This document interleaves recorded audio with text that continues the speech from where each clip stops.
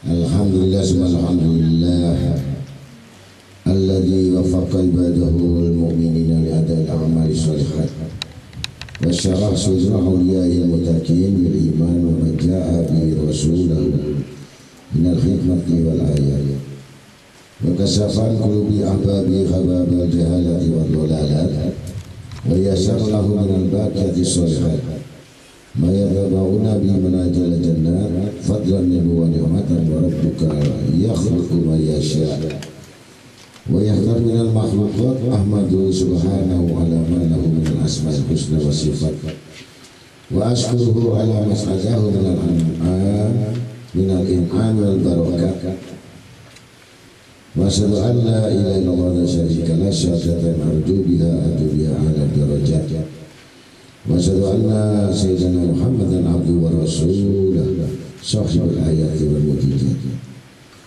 Allahumma salli wa sallim wa barik wa karim wa adim ala sayyidina wa nabina habibina syafiina wa qurrati ayunina wa maulana Muhammad ahli ilmi wa ahli aradina samawat adada khalqi wa rida nafsi wa zinata arsyih wa midada kalimati kulama takirun wa ghafar min ghafilun wa ala alihi wa sahbihi wa sallim amma ba'd. Faya ayyuhal muslimin wal muslimat rahimakumullah, ittaqullaha haqqa taqwa wa ashkuruhu farrabi'u man syakara wa ashkuru asnatakum bi dzikri fasa'aidu man dzakara wa qala ta'ala innal ladzina yatluna kitaballahi wa aqamus shalah wa anfaqu mimma razaqnahum sirran wa alaniyatan yarjuna tijaratan lan tabur liyuwafiyahum ujurahum wa yazidahum min fadli innahu ghafurun syakur. Amma ba'd. Hari ini tepatnya pukul 4:03 di kediaman Mbak Asmi, hari Minggu tanggal 15 bulan September tahun 2013. Sore hari ini kita membahas tentang bab ilmu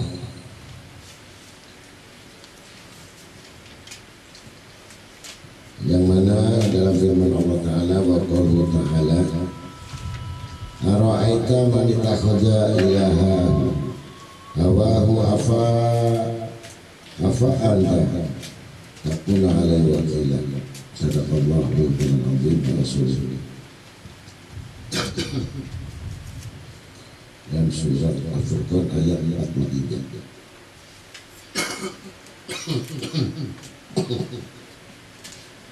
Yang artinya kata-kata araita man ittakhadha ilaha, itu araita artinya kalau bahasa tafsir itu menerangkan, terangkan, jadi menjelaskan kepadaku tentang orang yang menjadikan hawa nafsunya sebagai Tuhan. Maka apakah kamu dapat menjadi pemelihara atasnya? Kalau dipandang dari kitab hikmah ini, arti tajul hikmah. Tajul artinya mahkota. Hikmah itu hakikat, hasil daripada suatu perbuatan. Jadi manusia ini harus memiliki hikmah. Kita bertemu di sini hikmah, dan tidak ada satu kalimat yang namanya kebetulan. Jadi kebetulan itu tidak ada. Yang jelas itu adalah kodoknya Allah Ta'ala. Pertemuan itu ada. Ada yang niat bertemu nggak bisa ketemu. Ada yang ingin nggak ketemu. Itu perjumpaan artinya biliqa. Jadi perjumpaan artinya di mana Allah Ta'ala mengendaki, ya, kuasa, ya, mengendaki. Kuasa berarti kodrat, dikehendaki. Iradat menghendaki, dikehendaki menghendaki. Tidak. Tapi dikehendaki itu kuasa Allah. Kita nggak kuasa. Jadi kalau kita disayangi oleh Allah Ta'ala, maka jelas dia harus bermujahadah. Artinya berhadapan. Bermujahadah. Kalau berhadapan kita dengan siapa? Dengan ulama. Apa ulama? Apa yang disebut ulama? Ulama artinya penyambung lidah Rasulullah SAW. Ulama al-wasatul anbiya, dan ulama ada tiga. Ulama usul, ulama dunia, ulama akhirat. Jadi ulama ini tidak bisa dipandang dari ini sorban bisa jadi mana? Bisa. Ciri khas ulama yang disebut ulama. Pertama, yang selalu mengajarkan, mengingatkan mati. Jangan duduk dengan ulama yang nggak pernah mengingatkan mati. Itu bukan ulama. Jadi ulama yang mengajarkan dari sifat ragu-ragu dibuat yakin. Sifat serakah pada dunia disuruh qanaah. Qanaah itu artinya menerima. Jadi apa yang diterima oleh kita, rezeki apa saja, qanaah. Sifat qanaah itu adalah orang yang kaya. Jadi orang yang kaya bukan rumahnya 100, mobilnya 100. Orang yang kaya adalah qanaah. Kalau kita mau kaya itu qanaah. Karena hakikat kaya adalah hati, bukan harta. Nah, kalau kaya harta, hatinya miskin. Kalau orang yang miskin, miskin lagi hatinya. Itu bahaya. Maka yang namanya kaya ini memelihara hati. Di sini diterangkan mengapa manusia itu menjadikan hawa nafsunya Tuhannya dan dipelihara. Ya. Jadi kalau orang yang jahil tadi itu memelihara hawa nafsunya.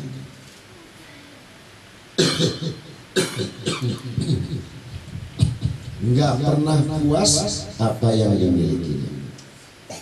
Nah, jadi orang yang masuk neraka itu bukan orang-orang yang nggak sembahyang, bukan orang yang nggak mengaji, bisa masuk neraka.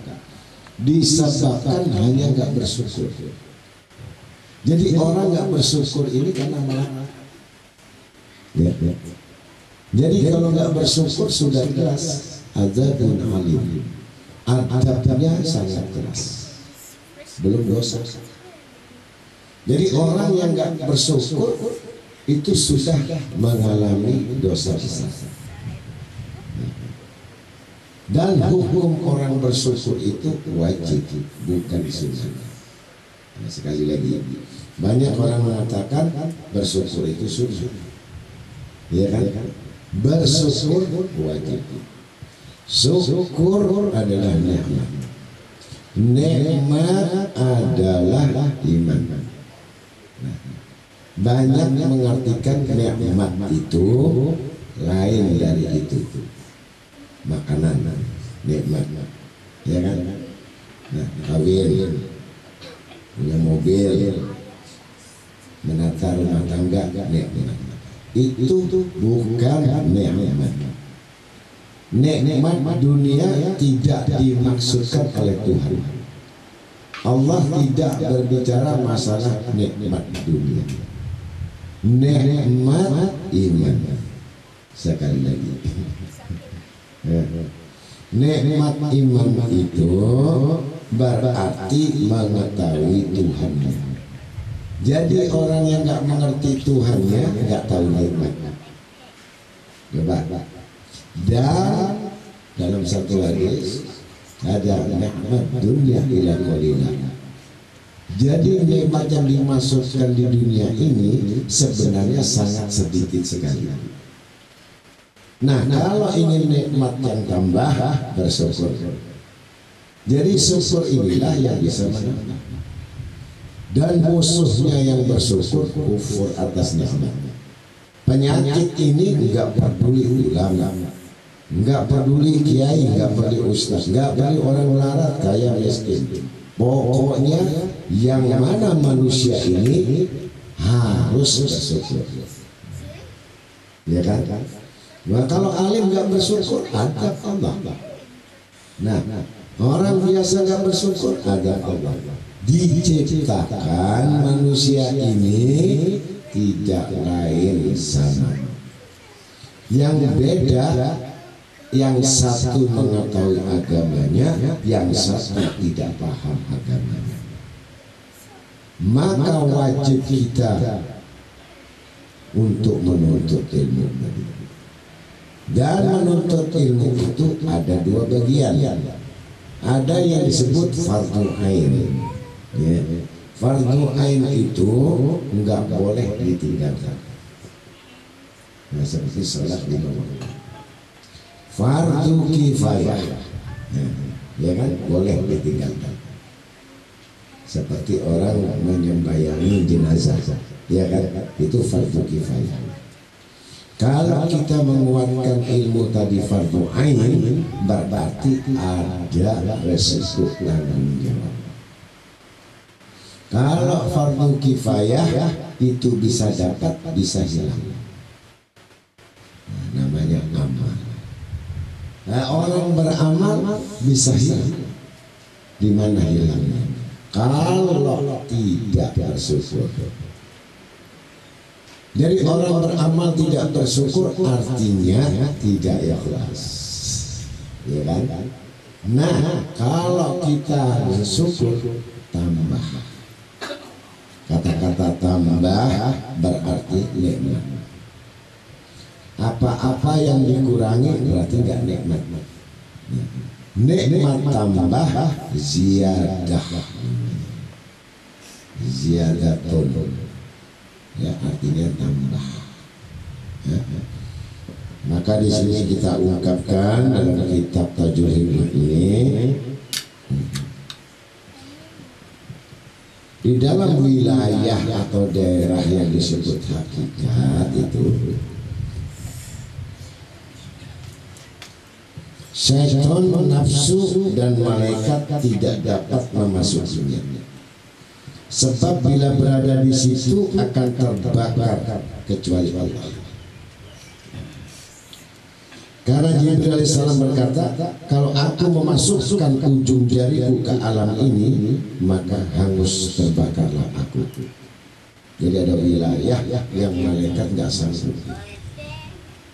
Nah, peristiwa Mi'raj Nabi besar Muhammad SAW. Waktu masuk di langit 7, ada tempat yang namanya Mustawa. Jibril ngantar Rasulullah SAW sampai di langit 7, nggak sanggup. Urusan nur ala nur, nur faqaqulan nur. Jadi cahaya di antara cahaya dan cahaya bertemu cahaya, itu nggak sanggup Jibril. Ini yang dimaksudkan. Manusia yang telah mencapai alam ini berarti selamat dari sesuatu, itu artinya dari kesalahan. Dan jadilah dia manusia yang ikhlas.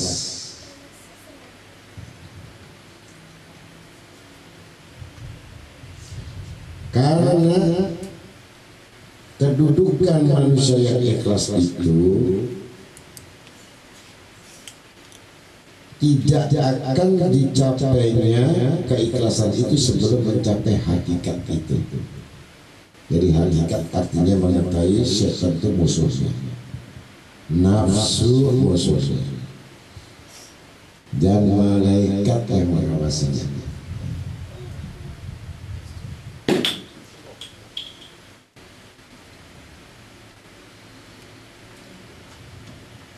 Di sini disebutkan disebabkan karena sifat-sifat basyariyah, ghairiyah atau yang disebut sifat manusia tidak akan hancur kecuali masuk dalam kalimat tajalli zat.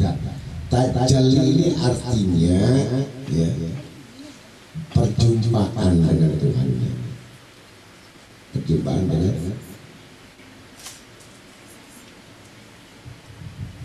Tuhan. Ya, kalau menurut ilmu tasawuf itu ada sifat takhalli, tajalli. Hurufnya ha, kha, jim. Jadi ha kalau ditambahkan titiknya satu di atasnya namanya kha. Kalau kha itu diturunkan di tengah lagi ini namanya jim. Jadi manusia ini melewati takhalli,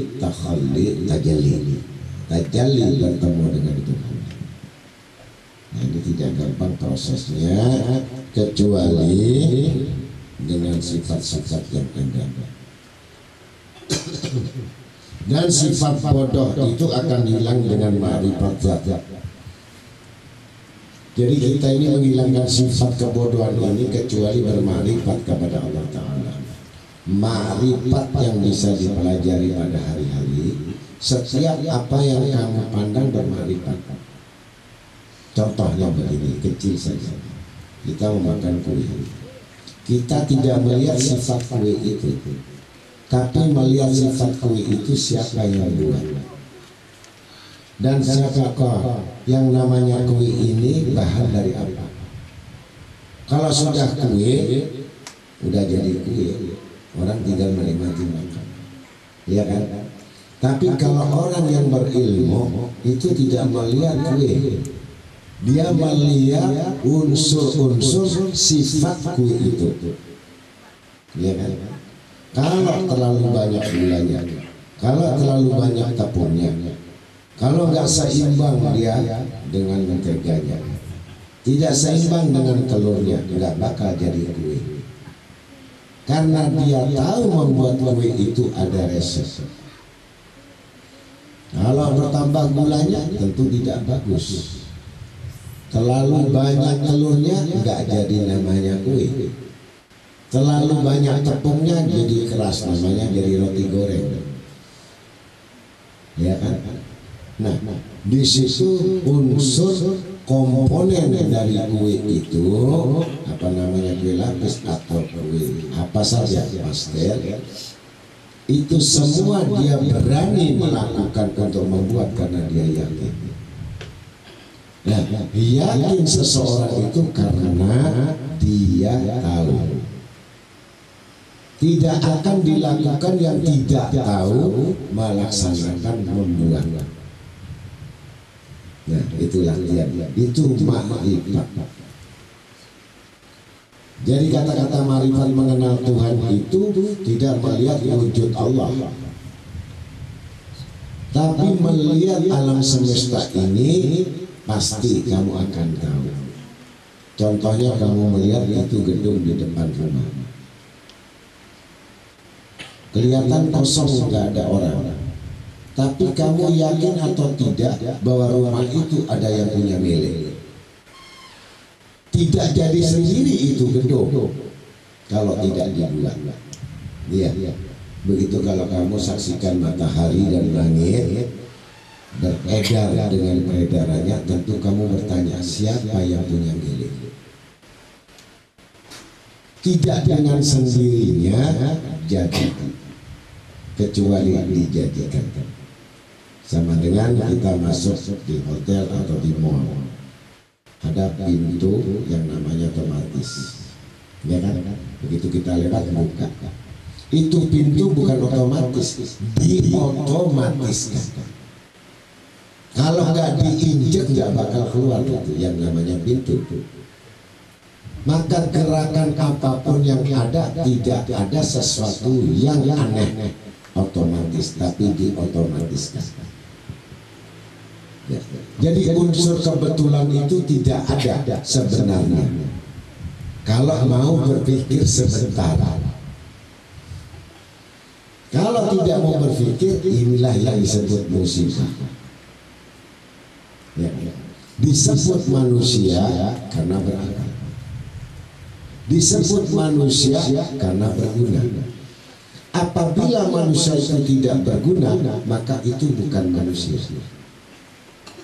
Sifat manusia adalah hidup karena akal. Tapi manusia tadi tidak berakal, tidak hidup. Maka tidak bisa memilih mana yang harus menjadi pilihannya. Karena tidak bisa memilih itu, maka namanya hawa nafsu. Mencampurkan antara hitam dan putih, maka warnanya tidak jelas, abu-abu. Ditarik yang warna ke kiri hitam, ikut yang warna putih. Ditarik warna putih, ikut yang hitam. Dan itu satu lubuk di dalam hati, namanya rumah. Hati itu isinya malaikat sama setan.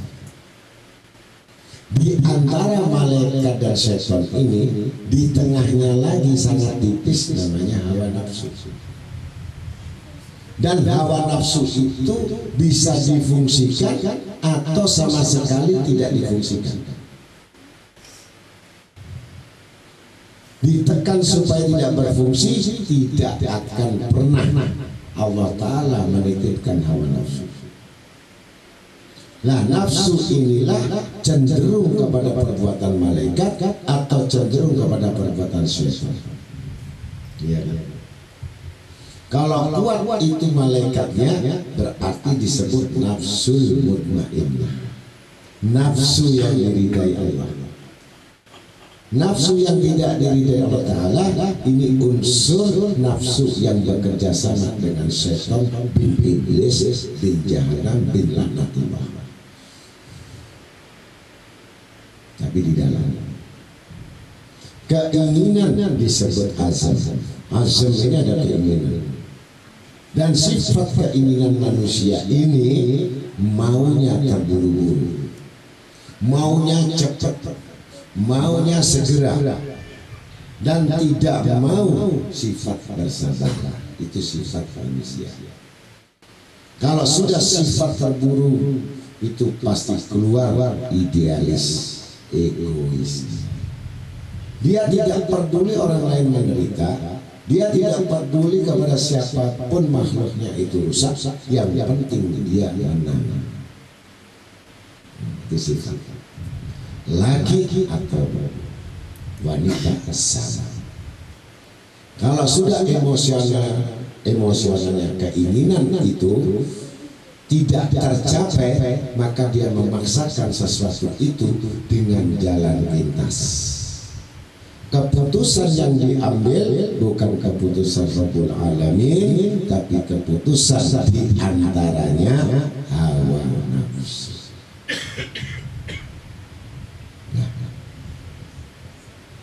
Dan itu bertentangan dengan disebut ikhlas. Jadi nggak ada ikhlas.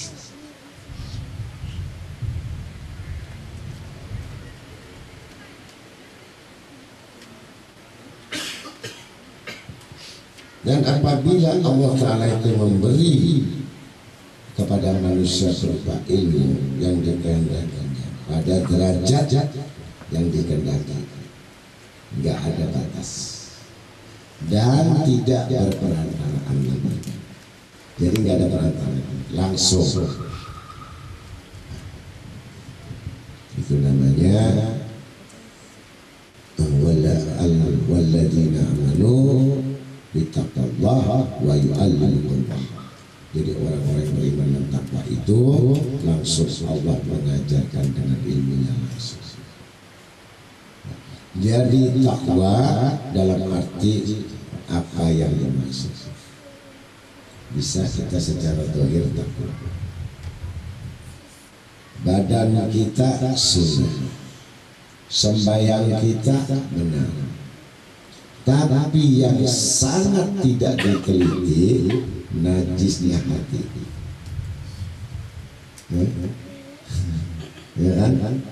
Nah, ada sebagian saya ceramah, ya kan? Saya ceramah, saya tausiah, saya nimpun manusia, tetapi saya yang pertama kali tidak bisa dusta dengan Tuhan saya. Kalau murid saya bisa dusta, saya kamu, saya bohongi, habis biasa. Tetapi kita sadar ada hati yang sangat dalam yang Allah Ta'ala mengetahui. Kalau niat itu tidak ada untuk menyambung lidah Rasulullah, nah, maka itu termasuk ulama khusus. Satu contoh dalam kitab Syarah Ratib Al-Imam Habib Abdullah bin Haddad, yang mana berangkatkan haji dengan travel hukumnya haram. Dia mencari keuntungan di dalam menaikkan haji. Dia boleh untuk membuka travel itu dengan catatan karena dia ingin menaikkan haji. Jadi untungnya dia ingin naik haji. Tapi apabila lebih sebagai objek, sebagai usaha, maka itu telah diputuskan tidak diperkenankan. Sudah susah-susah ngumpulin duit, diuntungin. Dan itu lagi gencar-gencarnya travel. Dan itu kalau amalan seperti itu niscaya di akhir zaman ini nggak laku. Dia kumpulkan murid untuk naik haji. Paham? Jadi usahanya antara mengajar dan bisnis. Paham saudara? Faulaika. Dan golongan itu jangan sekali-kali mendekati. Ibarat orang main api didekati kena apinya. Mau tidak mau Itu kata Nabi, baginda Nabi kita Muhammad SAW. Karena kebodohan pemahaman agama, manusia memandang banyaknya manusia. Kalau manusia itu banyak, katanya terkenal, ya kan? Kalau sudah masuk TV terkenal, kalau udah masuk radio terkenal. Kenapa nggak jadi artis aja atau Miss World? Betul. Jadi utamanya manusia ini bukan karena terkenal, bukan terkenal nggak laku. Wa ma akramakum indallahi atqakum. Allah itu melihat bukan badan kamu. Allah melihat bukan pakaian kamu. Allah melihat bukan sholat kamu. Allah melihat bukan dari gerakan kamu, tapi Allah melihat hatimu. Sudah sah. Hati yang dilihat. Kalau hatinya sudah menyamping fi qulubil jannah, menyampingnya hati, itu disebut kafir zindik. Hati. Maka di sini disebutkan karena diperkenalkan oleh Allah dan beribadah kepada Allah dengan langsung pendidikan dari Allah. Seperti hanya kita nggak pernah tahu kapan Nabi Khidir alaihissalam belajar. Siapa gurunya?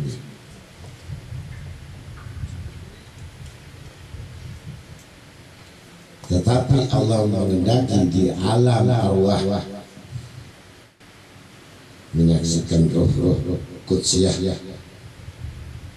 dan sampai mengenal mengetahui Nabi Muhammad SAW secara hakiki. Maka seluruh Nabi menyampaikan kabar gembira atas keberhasilan si hamba karena sampai bertemu dengan Tuhan. Itu kunci. Jadi kalau orang kalau belum kenal sama Allah itu pasti banyak salah. Ya kan? Segala apa orang berjalan nggak ada petunjuk pasti salah nggak? Ya kan? Kalau sudah apa jalannya enak, kita lewat dari bandara, kita lewat dari Habib Noh, belok ke kiri ke kanan apa? Tapi kalau nggak tahu jalannya, bisa naik turun balik lagi. Namanya tersesat. Walaupun dikasih GPS, ternyata dia nggak tahu cara mainnya GPS. Kalau saya dikasih GPS, mending saya jual daripada saya nggak tahu. Mending saya tanya supir taksi.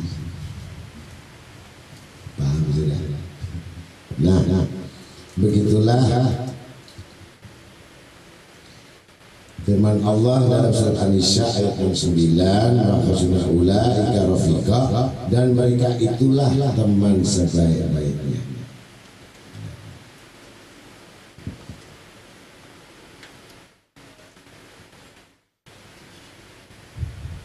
Barang siapa manusia yang tidak mencapai tingkat ilmu ini, maka dia tidak bisa dikatakan alim.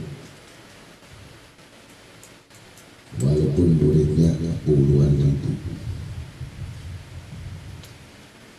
Yang disebut alim itu dari bahasa terjemah. Kata-kata alim dari huruf ain. Artinya ain itu iliyin. Kedudukannya tinggi. Kedudukannya. Bukan arti kedudukan tinggi itu di sisi manusia, di sisi Allah. Huruf lam, lam kan? Lam artinya latifun, lembut. Dari sifatnya itu lembut. Artinya lembut, memiliki sifat rasa.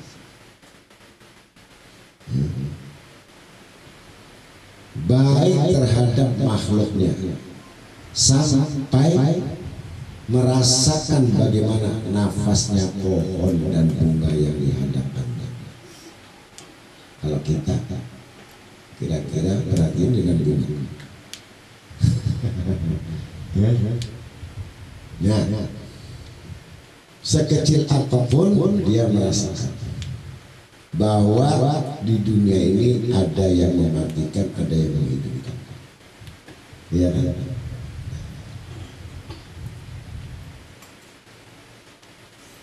Maka tidak bisa dikatakan alim secara hakikatnya walaupun dia telah menguasai sejuta kitab.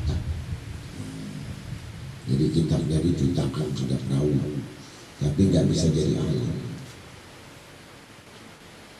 karena dia tidak mencapai derajat rohani.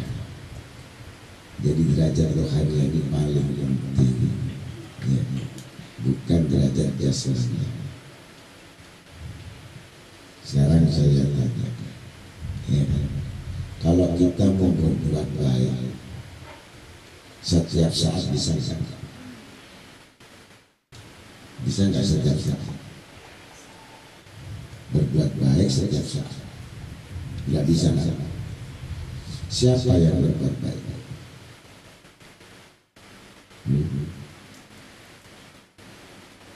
Apa artinya dia baca Bismillahirrahmanirrahim? Artinya apa? Dengan nama Allah yang mengasihi dan menyayangi. Yang baca siapa? Allah, bukan kita. Kalau kita sudah berani menyebut Bismillah, berarti dia harus mengetahui sifat Allah yang Maha Pemurah, yang mengasihi dan menyayangi.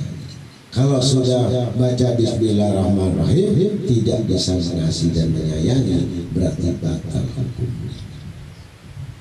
Karena Allah tidak membaca. Kalau kita sama hambanya nggak bisa menyayangi, ya, kemudian tidak bisa memaafkan, maka hati-hatilah. Kalau kita bergaul tadi harus mengetahuinya, karena iman itu tergantung pada temannya.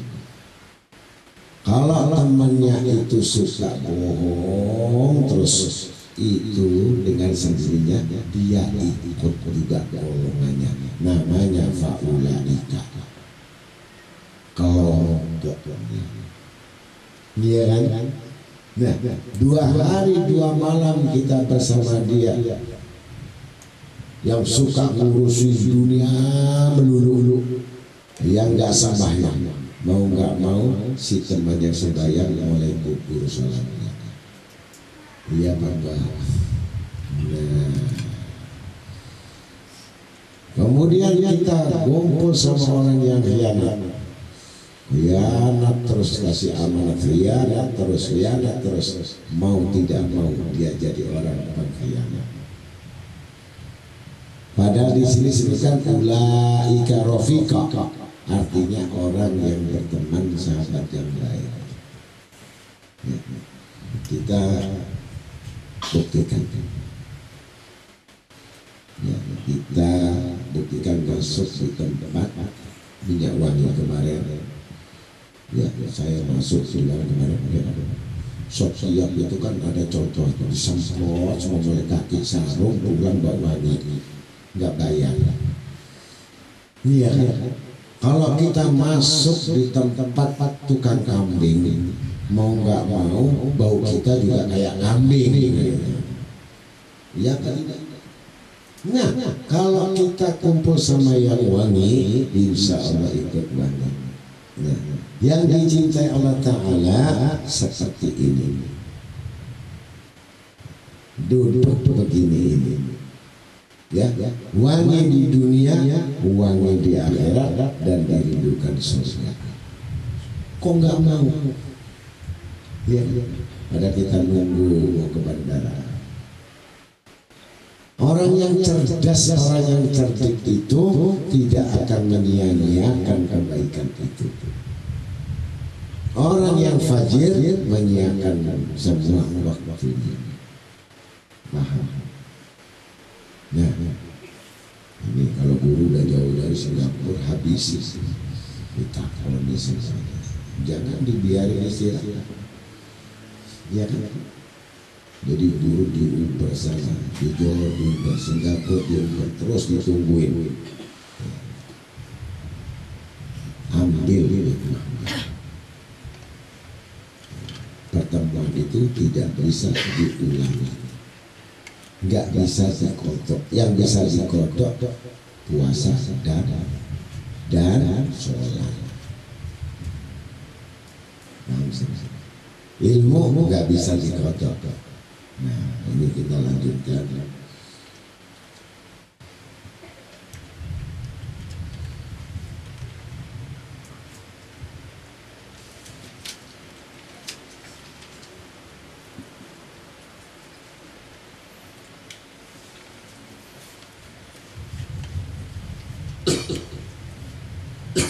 Menurut tingkatan-tingkatan ilmu,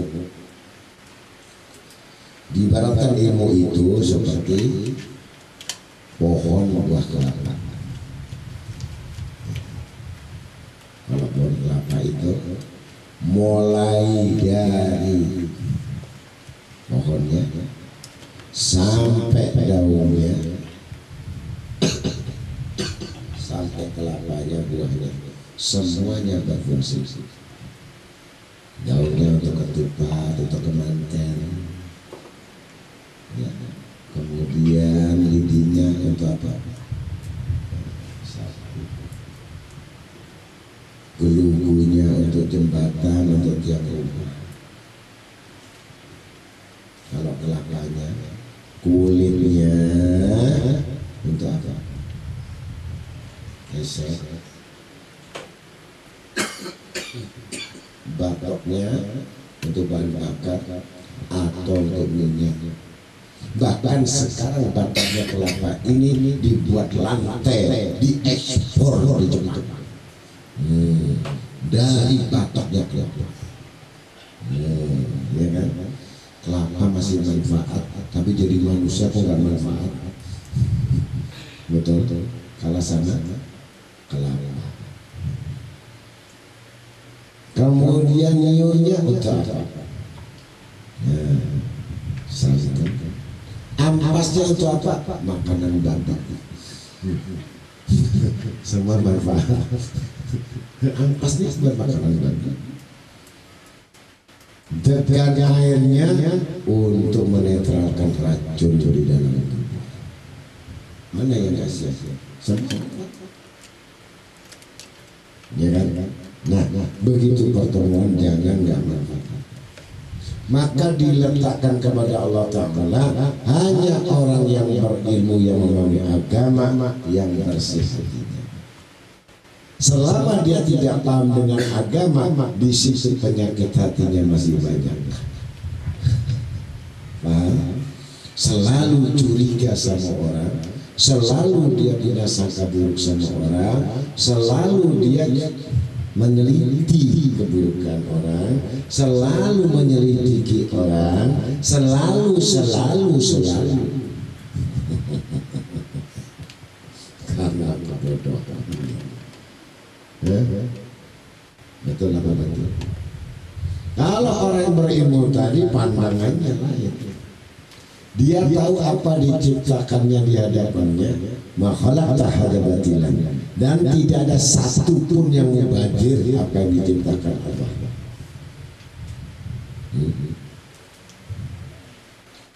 Ya, bangkai kapal,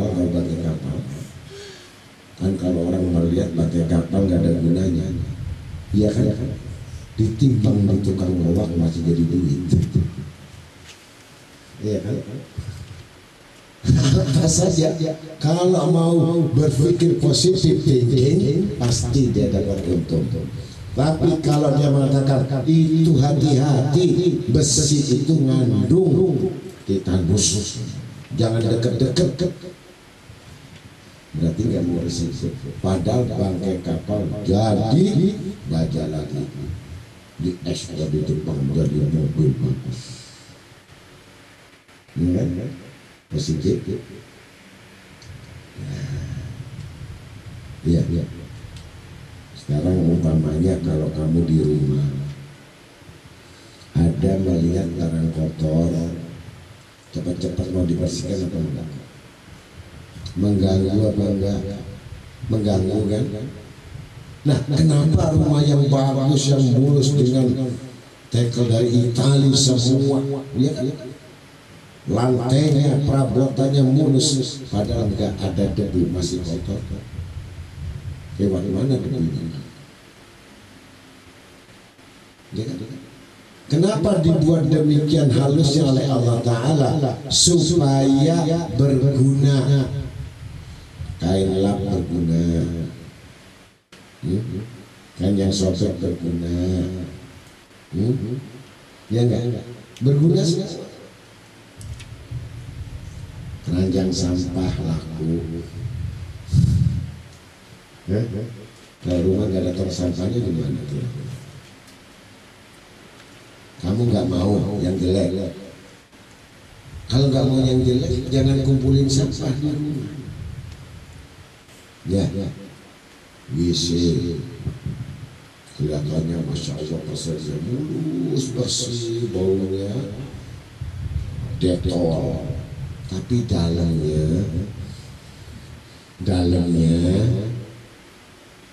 apa? Yaitu tabungan kita. Maka kalau kita mengetahui sesuatu seperti hidup kita ini, kita bawa kotoran nggak di perut ini? Bawa. Ada darah nggak? Ada. Kalau itu keluar darah atau keluar kotoran, nggak sah sembahyang kita, najis. Tapi kalau di dalam kita bawa sembahyang, nggak najis. Kan aneh. Udah bawa kotoran kok sembahyang nggak najis. Sedangkan yang dibersihkan dengan air ini kan di permukaan aja. Kalau di rongsen ada kotoran di sini, ya kan? Nah, itu masih bentuk dohir. Batin, gimana kotorannya? Untuk mengetahui dosa batin ini, itu dosanya lebih besar daripada dosa lahir. Satu, iri, ditambah dengki, ditambah rakus, ditambah tamak, ditambah lagi medit, ditambah lagi sombong, ditambah lagi pamer, ditambah lagi isinya banyak. Iya kan? Dosanya kalau mulut satu, dusta satu kali udah dosa. Dosanya hati luar biasa. Maka hati-hatilah dengan hati, niscaya kita akan menyadari semuanya disebut muhasabah. Jadi orang yang selalu menghitung amalnya, apakah hari ini kami mendapatkan satu nilai tambah atau kami rugi. Misalkan kita biasa ikut pengajian, ya kan? Terus nggak datang dan tidak menyesal. Kalau sudah datang itu ikut pengajian dia nggak menyesal, itu tandanya belum iman. Cuman sunnah. Ya kan? Lah, yang sunnah saja ditinggalkan, apalagi yang wajib.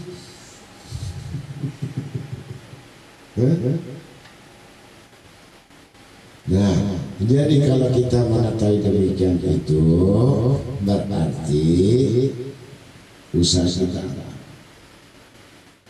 Pertama, bangun tidur pikirkan 3 perkara.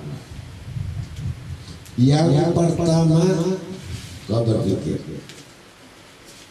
waktu yang telah hilang. Kamu pikir yang kemarin itu, kamu pikir waktu kemarin hilang. dan aku ternyata buang waktu dan rugi. Iya kan?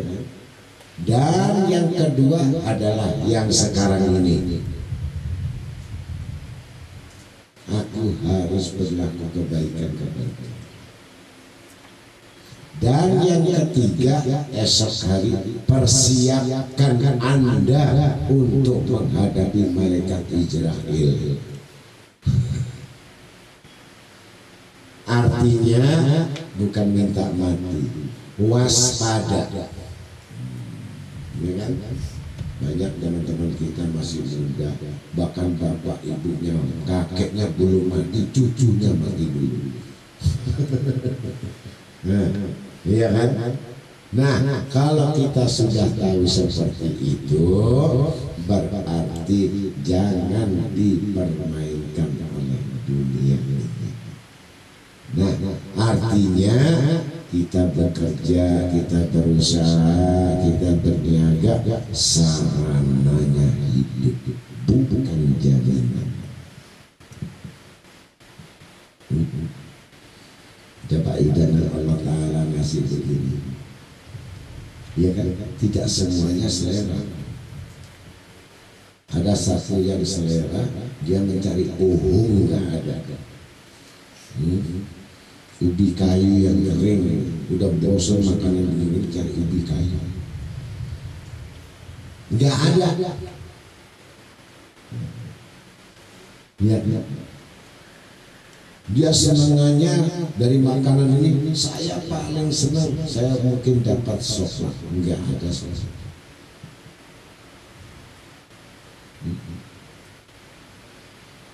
Kenapa tidak disediakan? Nah, disitulah rezeki Allah Ta'ala mengatur hidup kita. Jangan sekali-kali kamu mengatur Tuhanmu, tapi Allah yang mengatur kamu. Sudah? Nah, jadi pertemuan itu menjadikan kita semuanya ini sadar bahwa kita dijadikan manusia ini dan menerima amanat itu sangat bodoh. Jadi kita ini golongan orang yang jahil, orang yang bodoh, berani menerima amanat yang sangat berat, yang nikmatnya cuma sedikit, senangnya cuma sedikit, tetapi hisab perhitungannya tidak putus-putusnya sampai hari kiamat dan dikekalkan. Percaya atau tidak?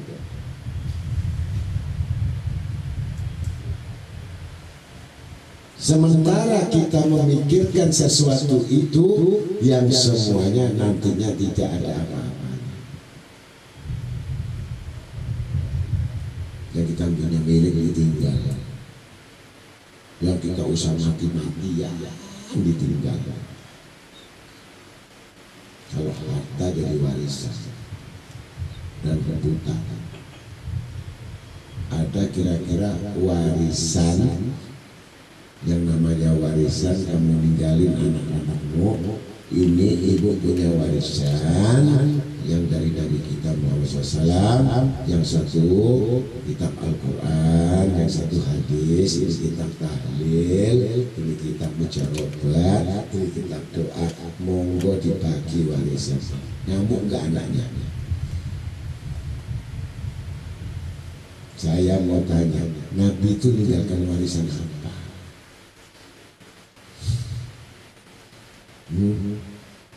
Nah, ada yang ngambil, nggak ada.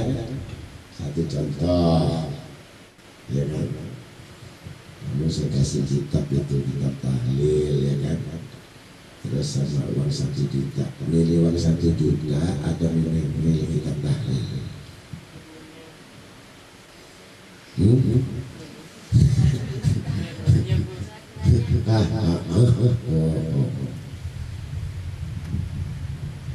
Karena yang senang kitab tahlil ini hanya orang mati. Orang hidup gak senang. Coba kalau orang mati tadi ditawarin, mau nggak kamu uang 1 juta? Nggak mau. Tolong kena tolong aku. Betul. Iya. Nah kalau yang hidup tarik $10.000, $5.000, cash. Keluar ATM tahlil, kurang aja. Nah itu kurang iman. Jadi kalau kita betul-betul beriman, berarti meletakkan percaya kepada kitab Allah. Itu rukun iman. Tidak mengatakan rukun iman, percaya kepada dolar, percaya kepada ringgit. Ada? Enggak ada. Percaya kepada Allah, percaya pada kitabnya, percaya kepada malaikat dan rasulnya, percaya hari kiamat, percaya hari kodok, percaya. Jadi ini membutuhkan untuk pemeriksaan diri. Kalau sudah manusia mengenal dirinya, pasti akan mengenal Allah. Kalau sudah mengenal Allah, nggak pusing lagi mikirkan rezeki. Ini masih beli. Diambil nggak bisa. Mau makan tertahan, udah kenyang. Perutnya nggak mampu. Ya. Rezeki. Coba bayangin saja kalau ini makanan diketahui oleh orang yang 3 hari 3 malam nggak makan, kira-kira gimana? Mungkin sak plastiknya dimakan ya. Ya kan? Nah, tahunya berharga kamu makanan itu lezat dan nikmat pada saat kamu nggak ada. Saat kamu ada, nggak terasa lagi lezatnya. Tuh, lihat itu musim kering di Tuban, di mana nggak ada air, sawah mati, air nggak ada, naik ke atas bukit dapat keruh lagi. Naiknya itu ngambil air itu dapat 1/2 liter. Setiap masukkan di botol 1 sendok, 1/2 sendok. Warnanya sudah kelabu, nggak bersih. Berharganya air yang tidak ada 1 liter. Dimasak, diminum, tidak bisa buat mandi. Kita beli puter berana seger, putar Coca-Cola, ada semua. Terus ditanya, afala yaskur, mana syukurmu? Mana syukurmu? Ya kan? Nah seperti itulah kejadian pada manusia. Kalau kita belum tajalli zat, artinya perjumpaan dengan Tuhanmu, niscaya masih belum bisa bersyukur, masih belum bisa bersabar. Ya, jadi kalau kita sudah di majelis itu bersabar, ya kan? Nah sekarang kan keliru. Kalau tuan rumah atau yang direktur perusahaan itu kan memiliki sasaran. Direkturnya tidur, satpam yang nunggu. Sekarang sebaliknya, gurunya yang nungguin muridnya, murid yang ngorok. Jadi gurunya jadi satpam, si muridnya makannya enak, tidurnya enak, si guru duduk jadi satpam. Paham juga? Nah, karena orang yang menginginkan akhirat ini satu harus diniatkan. Kalau tidak diniatkan, pasti tidak akan sampai. Ya. Contohnya laki-laki senang sama perempuan, dibohongi kalau dulu mata bensin, mata, iya kan? Mata pulsa, pokoknya macam-macam mata. Dibohongi yang cowoknya, tapi karena cinta gak masalah. Dia tahu dibohongi, tapi seneng aja ngasih. Dapat gaji separuh, sama-sama separuh ya 500, 500, senang. Bocor, coba itu cinta. Iya kan? Nah, kenapa demikian itu terjadi? Seperti halnya bagaimana kalau kita doa bohong sama Allah. Pernah nggak kamu merasa kalau doa bohong sama Allah? Ya Allah, aku bertobat, kata kamu ya Allah. Tidak sekali lagi aku berdusta dan mengulangi lagi ya Allah. Hingga ada 2 hari balik mengulangi lagi, Masya Allah. Gitu. Benar saya tobat ya Allah, saya menyesal ya Allah, saya tinggalkan sholat ya Allah, ini karena pergaulan saya ya Allah, nggak bakal saya ulangi lagi ya Allah, ampun deh, ampun. Nggak ada seminggu kembali lagi. Loh, kok sama kamu seperti kemarin? Iya betul ya Rabbi, karena saya adalah hamba yang lemah. Gampang jawabannya, hamba yang itu alasan manusia, hamba yang lemah. Nah, jadi yang demikian itu menganiaya dirinya sendiri. 3 perkara yang kamu benar, manusia itu diciptakan oleh Allah Ta'ala itu dolim dan dolim. Inau kana doluma jahula dolim. Kalau enggak dolim, mendolimi dirinya sendiri. Kalau tidak mendolimi dirinya sendiri, enak dikit mesti mendolimi orang lain. Coba isinya bulat aja itu. Udah dolim, mendolimi, didolimi, ya kan?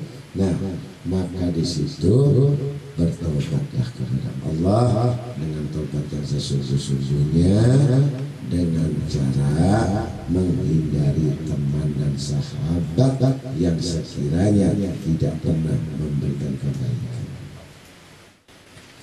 Segala sahabat yang tidak memberikan kebaikan pasti akan merugikan kepadamu. Jangan kamu bersahabat yang merugikan kamu, tapi cari sahabat yang mana sahabat itu mengetahui al-ikhwal, bukan melihat yang lain, hal-ikhwal. Kalau sudah demikian, insya Allah untuk melatih itu banyak-banyak membaca ya Latif, ya Latif, ya Latif, ya Latif, minimal 129 kali.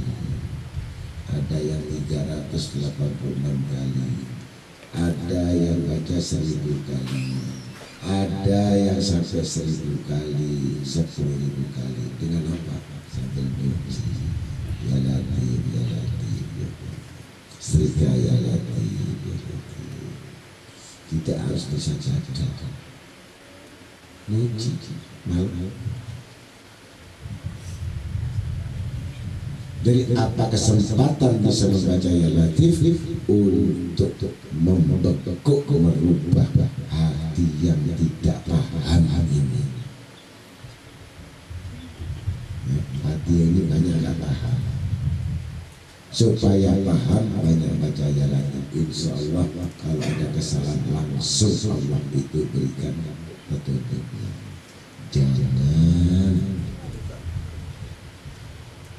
Jangan bohong, jangan dusta, ya. Karena manusia itu hubbuh jahat, hubbud dunia, hubbud mal, hubbud fakhar, cinta kebanggaan, cinta pujian, cinta hormat. Gila.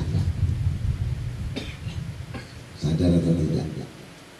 Kalau tidak cinta pujian, kalau tidak cinta hormatan, pasti kalau kamu dimaki orang gak marah, karena kamu gak butuh. Betul? Tapi kalau kamu mendapatkan pujian pada saat kamu disakiti, rasanya roh keluar dari rongga dada. Tapi kalau kamu tidak butuh perhatian, tidak butuh makhluknya dalam memuji kamu, antara kehinaan dan kemuliaan itu sama dititik beratkan, sama-sama merasakan. Tetapi aku tidak memiliki apa arti pujian itu, apa arti hinaan itu yang aku rasakan. Bagaimana pujian Allah kepadaku? Nah, cari pujian Allah, bukan pujian manusia. Jangan kebencian manusia. Bagaimana kalau Allah benci kepadamu? Bagaimana Allah kalau cinta kepadamu? Kalau manusia benci, begitu kamu perbaiki, kamu suap dengan uang, kamu suap dengan ini, ya bahaya lagi. Dekat lagi dengan teman, utang dunia jangan dibayar, musuh. Gampang. Iya enggak? Udah tersinggung, udah nggak sabar lagi, hanya gara-gara $5. Ya kan? Gampang nggak? Tapi kalau Allah benci kepadanya, dia nggak pernah sadar. Allah memberikan kesenangan pada dia nggak tahu Tuhan. Siapa beri kesenangan? Kalau Allah senang kepada hambanya, pasti jalan kamu urusan mudah. Dan kamu akan ditunjukkan di mana tempat.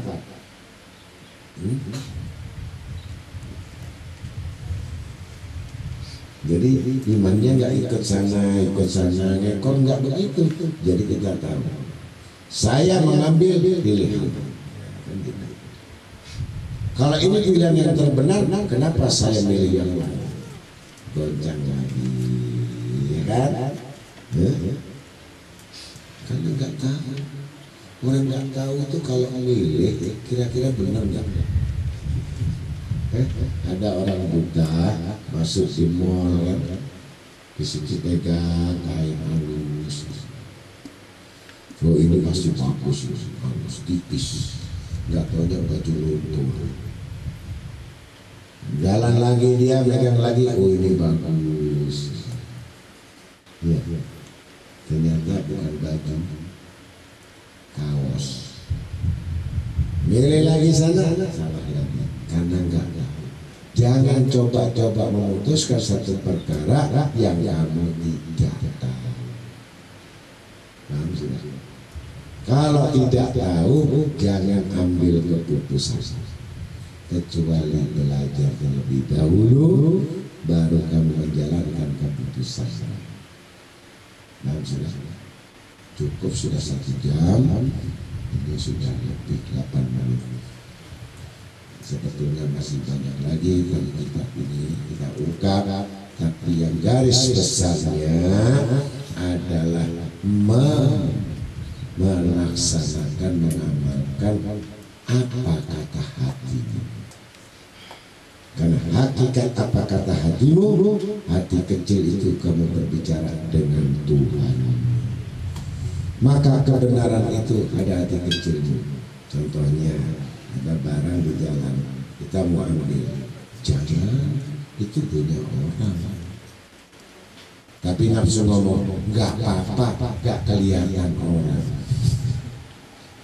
Saya nanti diambil orang, lebih baik saya ambil, ya kan? Padahal pertama kali tadi sudah dikasih saya, ya kan? Tapi dilanggar sama dia, gitu. Ya mudah-mudahan sampai dari sini nanti diperiksa terus hatinya. Iya, jangan iya, enggak iya, enggak boleh. mengambil putusan jangan ya iya gitu, tidak gitu ya. Mudah-mudahan saya sendiri juga mau berangkat, kita sambung lagi nanti insyaallah. Kalau sampai panjang umur bisa datang ke sini lagi.